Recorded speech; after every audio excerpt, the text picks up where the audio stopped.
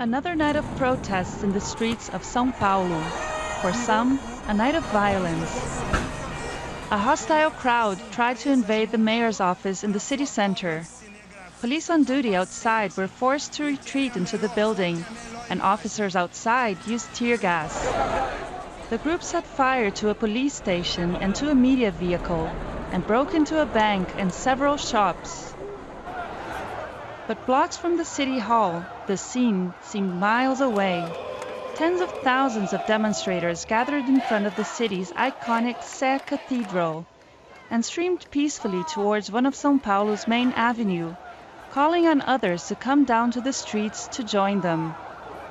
Most of the demonstrators here are young, so for many it's the first time in their lives that they're having the chance to take part in demonstrations of this scale.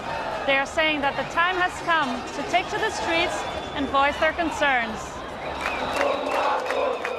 People on the protest were still demanding lower fares on public transport, but there were other issues: corruption, nepotism, the huge cost of staging the World Cup, and this just as FIFA's Confederations Cup is being staged by Brazil.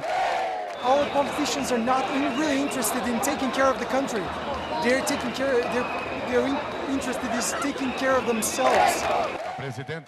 Brazil's president, Dilma Rousseff, was critical of recent violence, but praised those who demonstrated peacefully. Sabemos, governo e sociedade, que toda violência é destrutiva. The government and society knows that all violence is destructive.